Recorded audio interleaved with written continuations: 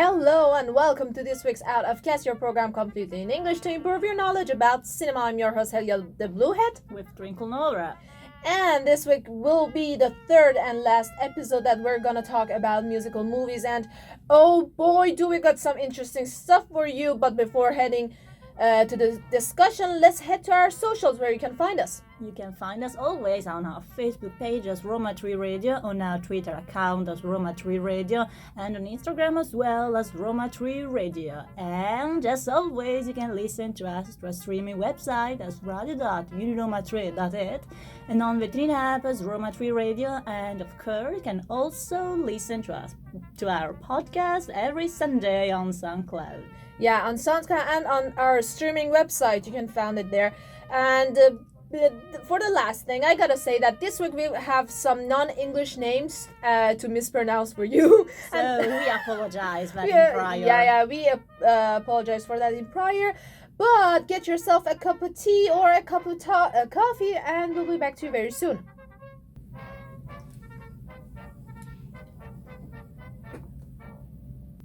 Now let's talk about a very classic one. My Fair Lady from 1964.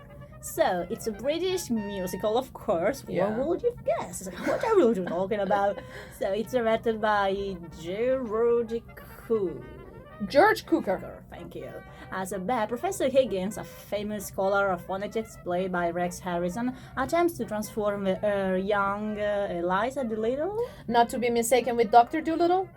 Who's played... Today I'm just here for the jokes, you know. She's the meme gal for y'all. So Eliza Doolittle, played by Audrey Hepburn, from a poor flower seller to a high society dame. The experiment succeeds after several failures, but then the girl's status quo couldn't go back to how it was. So huge trouble for the professor. The movie is based on the 1964 musical My Fair Lady, which is also based on the Pygmalion, a play by George Bernard Shaw, named after a Greek mythological figure.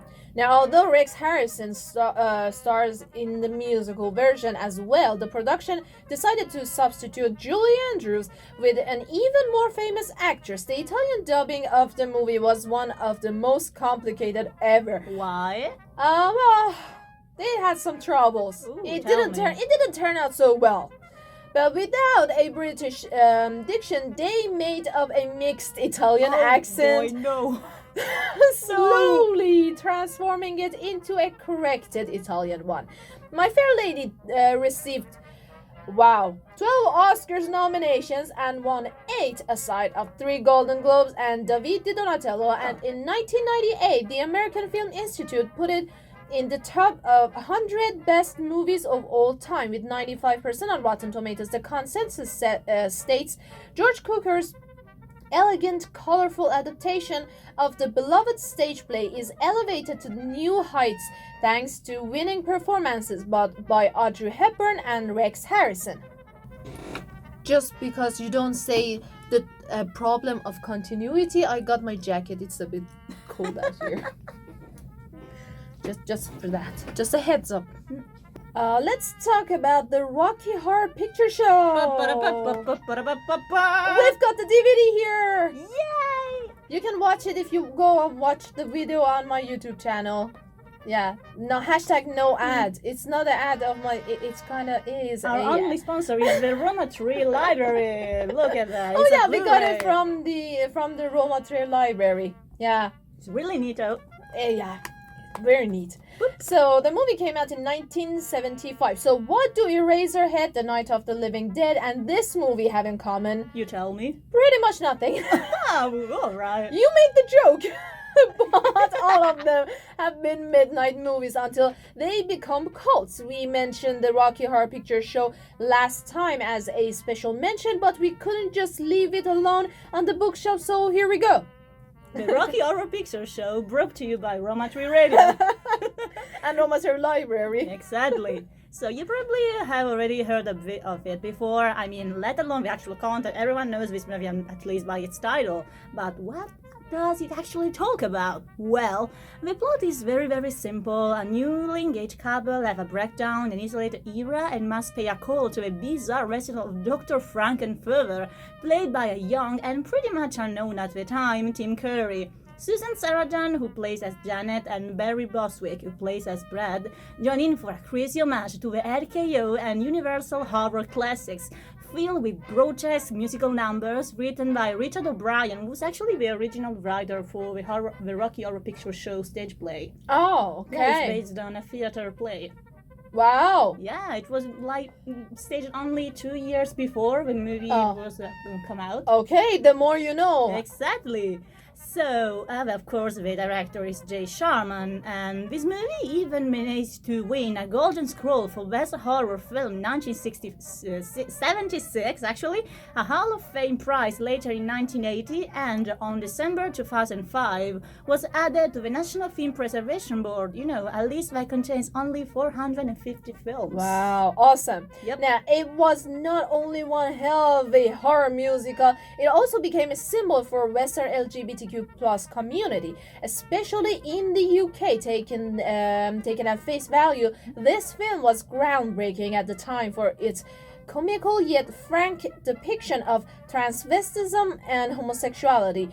Rated between 79% and 85% on Rotten Tomatoes, the Rocky Horror Picture Show started from a budget of $1.2 million, which by time got very well repaid thanks to a grossing of over $13.1 million.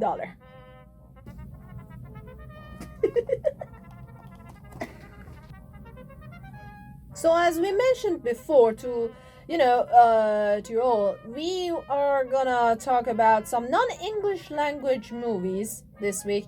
And we are about to mispronounce many names again. We tried our best to find the right pronunciation, but we'll see about that. And now we're going to talk about an Indian movie called Lagaan, or Once Upon a Time in India, that came out in 2001.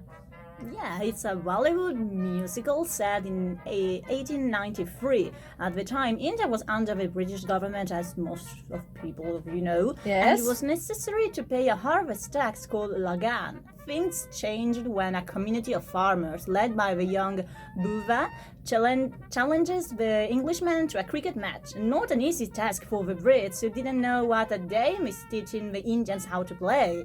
Lagaan is the most ambitious Bollywood movie ever made. Like, it's 4 hours long? Oh my god, way beyond the 2 hours and a half limit standard, or even 3 if you count Avengers Endgame. Oh, that was boy. 3 hours. And 2 hours out of 4 are dedicated to the cricket match. Yeah. It's cricket match the movie. Yes, kinda it is. Probably. It actually kinda is, yes.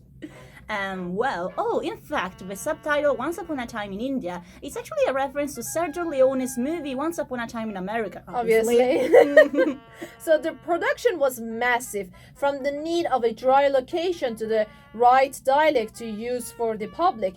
Banu Attaya, Oscar winner for another Indian-themed great movie, Gandhi, made by Hollywood though, and the UK and India, it's a collaboration, was the costume designer for the film. Lagaan was highly well received by public and critics. On Rotten Tomatoes, it has got 95% of positive reviews and holds a certified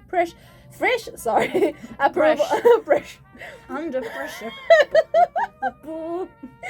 approval rating.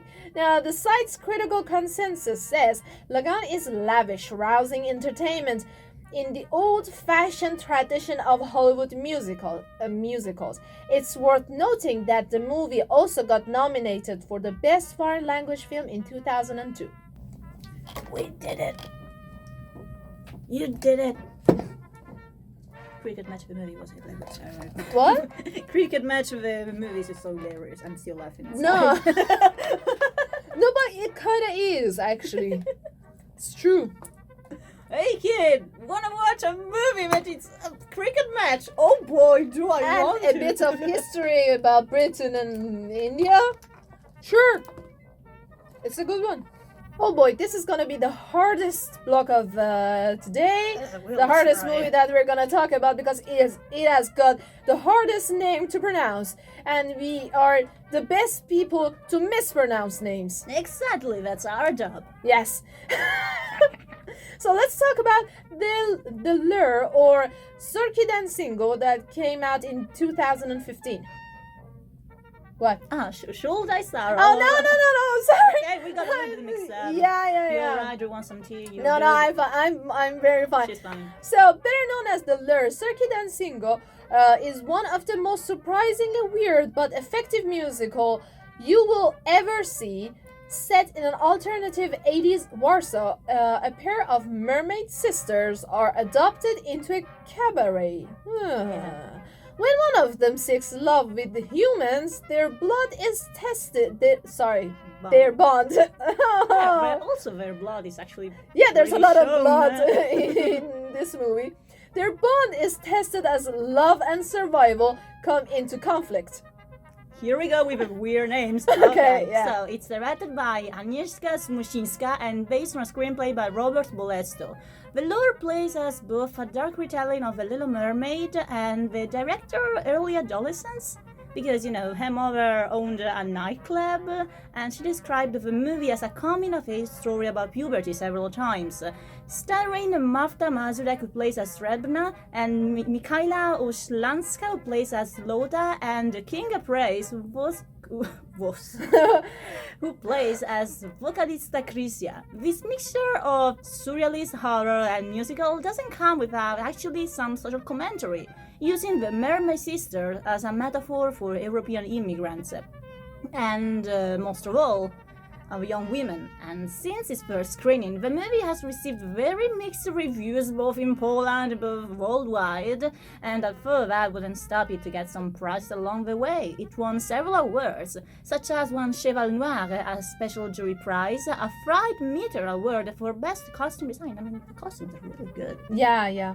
And a nominee for a Golden Lion at the Polish Film Festival, and last but not least, a special jury prize at the Sundance Film Festival. Okay, that last one is very good. Yep. And although the budget is unknown and it was strictly screened in a couple of theaters in Poland, it was very well appreciated worldwide thanks to the home video distribution, gaining an overall 108,000? Yeah? Oh, but that's not much. Wow. It didn't even make a million. Yeah. Oh, that's sad. Alright, finally on Rotten Tomatoes, you will find an 88% on the tomato meter, while the audience score goes a little bit lower, reaching to 73%. And yay, we made it! Lots of tough names, but hey, at least we did a better job than John Travolta mispronouncing Idina Menzel's name. No offense to John Travolta, I'm a fan, but sorry. I had to make the joke.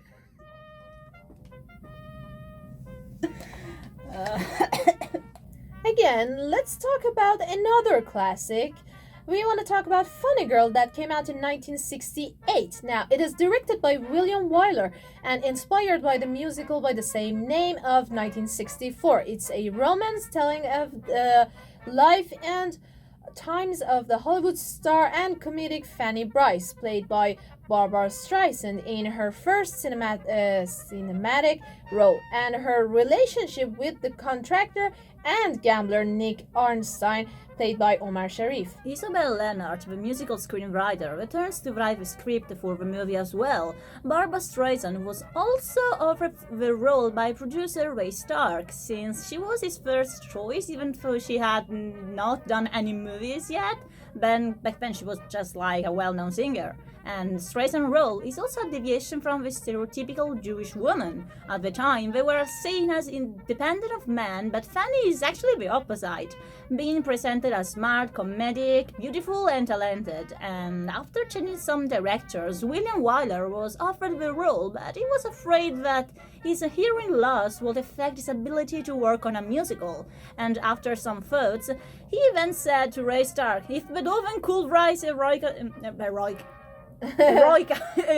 Eroica. Symphony, then William Wyler can do a musical. Yeah, exactly, because That's right, the movie folks. turned out really amazing.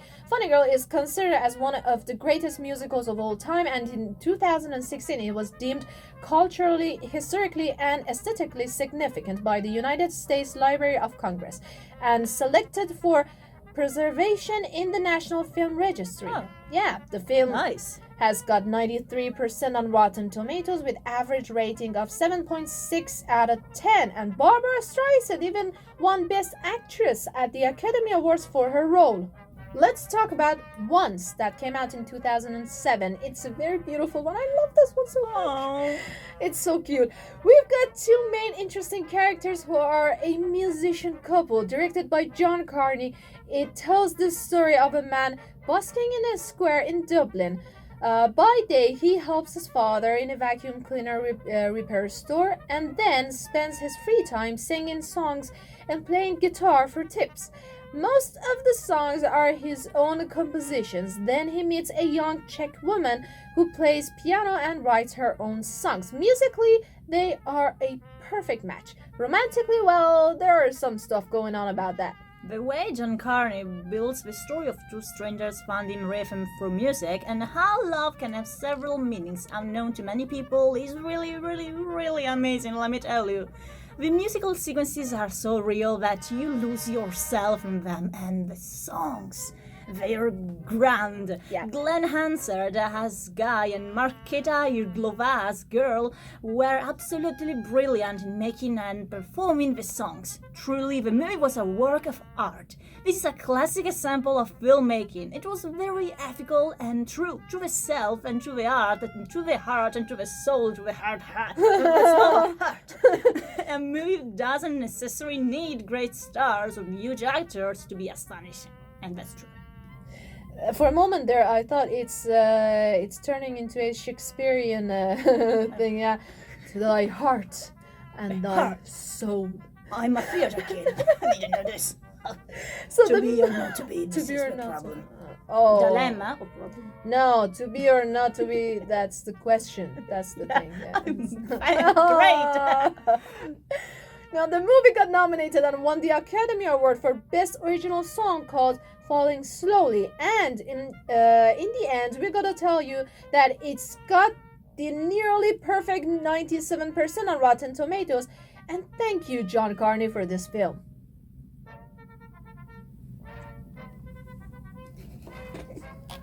I didn't even get the Shakespearean quote right. Alright, so I really hate this one. I mean, it's painful to even talk about it because it's bad. I mean, no, it's actually a very good movie and a very different musical. But you know, for a moment you think Sweeney Todd is a bizarre musical. But no, this movie will tell Sweeney Todd, hold my beer, on being a strange, bizarre, and unexpected musical. I mean, sometimes it feels like maybe the movie itself is not quite sure whether it should be a musical or not. People don't just burst into singing and dancing, and it's not a happy story at all. It's so devastating and difficult to watch. I'm gonna have a stroke talking about this movie. Take a breath. I'm dead. She said, "Oh no!" Plonk. All right, we're gonna talk about Dancer in the Dark. Come out in the 2000s, directed by Lars von Trier, and the story is set in the U.S. in 1964, and it's about an immigrant single mom, Selma, played by the Icelandic musician Björk.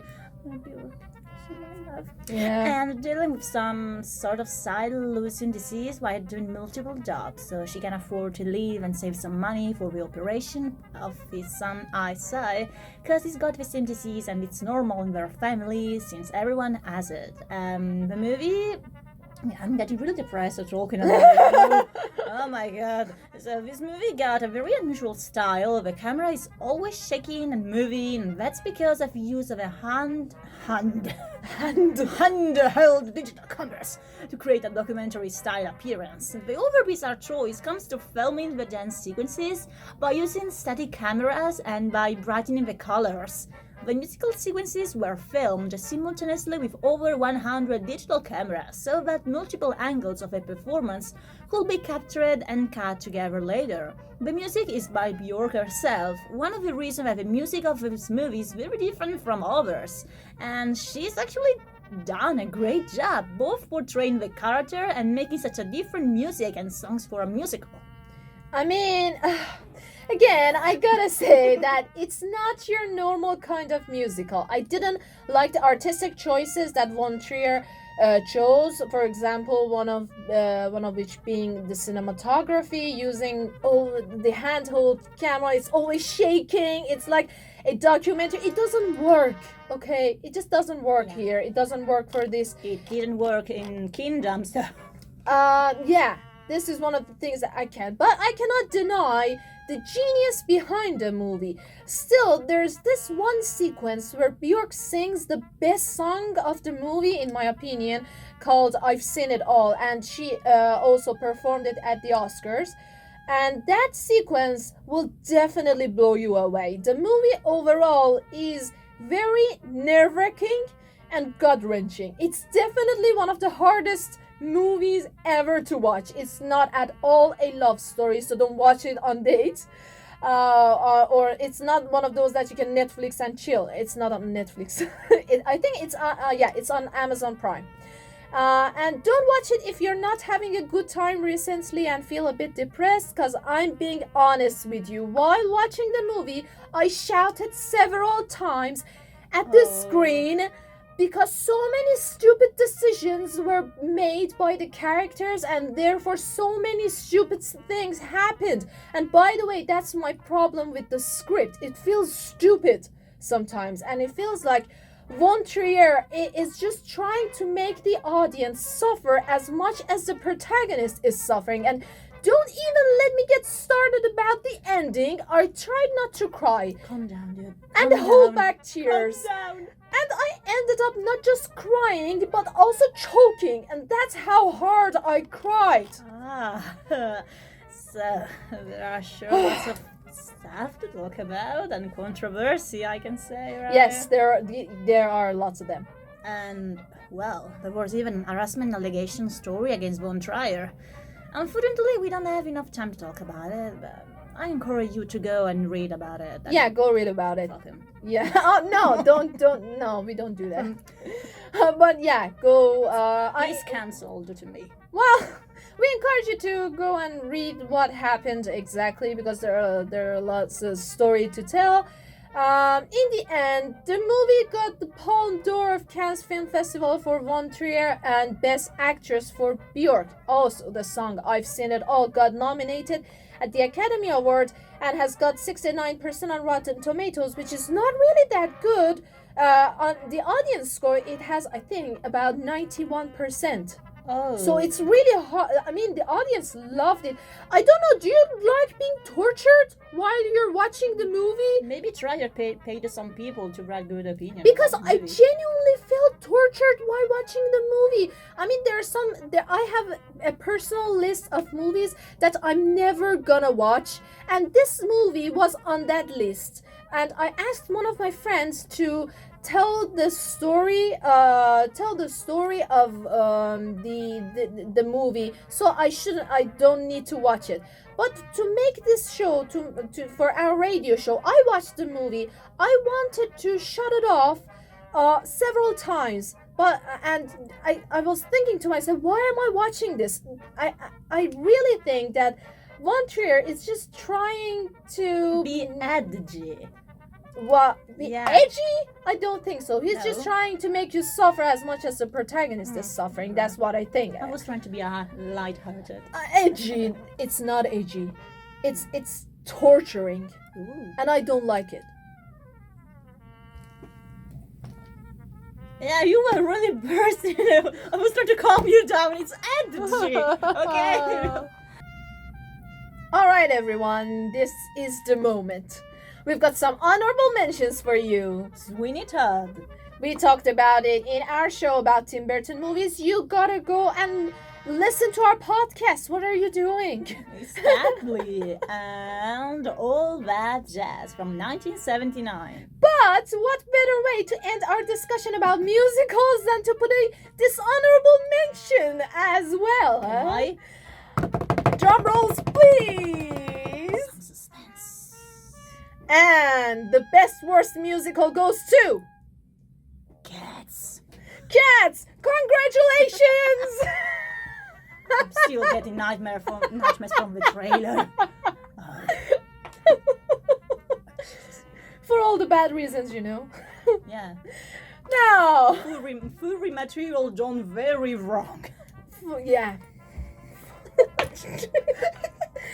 You just can't stop laughing about the movie. I mean, I feel bad for everyone that put effort in making it, especially the director, Tom Hooper. He has made many good movies. I mean, he's the director of Les Miserables. Why? The director of The King's Speech, Les Miserables. What happened? Money. No! That's what happens to people. Money. And it stars Judi Dench and Sir Ian McKellen. Why? And think about it. This movie happened while there was a Steven Spielberg version that was, going to be released in the 80s, which was animated. Really? And I didn't know that. It got rejected for doing this. Oh, no. In the 80s? Yeah, it was kind of... People wanted to make this movie for a long time, though. Huh. Look how good it is. I mean, Look, there's so yeah, much for effort. obvious reasons. That's why it didn't get made for many years. Because look at it! Yeah, think about it. This movie, but with an early 2000s computer generation animation. Yeah. Think about it. Toy Story with... Jesus. Oh, good. In an era where in the animation we have lots of good things, good stuff. I mean, we have Lion King that looks, seems like that you're watching National Geographic Channel. That it looks that naturalistic. Yeah, I'm still thinking about the Mufasa dying sequence in the new Lion King. Oh yeah. Small kitten And screaming. without any facial expression, but no, okay, so but we're not here to talk Long about it. live the king. Ah, dead. Oh, good movie.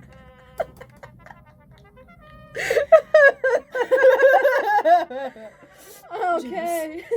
Alright, now thanks to our other group members, Said and Julia. Also, Said is directing today's show. Hi, Said. Thank Say you hi so to much, the you camera. great man. And before saying goodbye once again, let's review our socials where you can find us. Papa, you can find us on our Facebook page as Roma Tre Radio, and on our Twitter account as Roma Tre Radio, and once more on Instagram as Roma Tre Radio. And where you can listen to us? That's a tricky question. So you can listen to us the streaming website as radio.uniromatree.ed, on the Dream app as Roma Tre Radio, and on SoundCloud. Every Sunday we upload our new podcast. Remember the 3 as a number, okay? Yeah. Yeah. And the podcast will be up on the website and the SoundCloud both. Don't forget it. It will be always up on Sundays, each Sunday. And thank you all, our dear listeners who tuned in. And we'll see you on the flip side. Did it!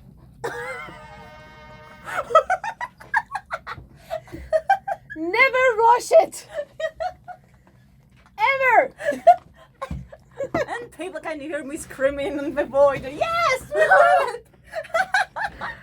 Oh, it was so much fun. Today's show was such a challenge. Oh my god, I'm alive.